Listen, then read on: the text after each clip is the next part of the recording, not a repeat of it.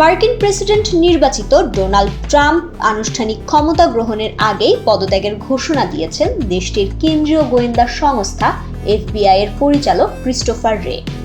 এর আগে ক্রিস্টোফারকে বরখাস্ত করার ইঙ্গিত দিয়েছিলেন ট্রাম্প, যার পরিপ্রেক্ষিতে এমন সিদ্ধান্তের কথা জানালেন এফবিআই এর পরিচালক। এ খবর দিয়েছে BBC. Double million offer Walton fridge কিনে পেতে পারেন 20 লক্ষ টাকা, রয়েছে কোটি কোটি টাকার নিশ্চিত উপহার। এতে বলা হয়, বুধবার এফবিআই এর অভ্যন্তরীণ এক বৈঠকে আগামী কয়েক সপ্তাহের মধ্যে নিজ পদ থেকে সরে যাওয়ার ঘোষণা দেন ক্রিস্টোফার।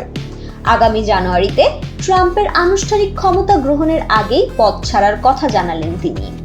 ইতোমধ্যেই নিজের মতো করে প্রশাসন সাজাতে শুরু করেছেন ট্রাম্প। প্রশাসনের বিভিন্ন পদে যাদের মনোনীত করা হচ্ছে তারা সকলেই ট্রাম্পের ঘনিষ্ঠ ব্যক্তিবর্গ।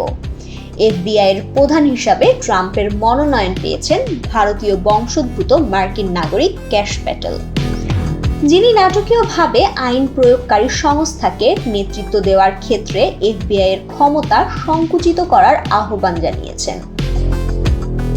2017 সালে ক্রিস্টোফারকে 10 বছরের জন্য মনোনীত করেছিলেন ট্রাম্প নিজেই।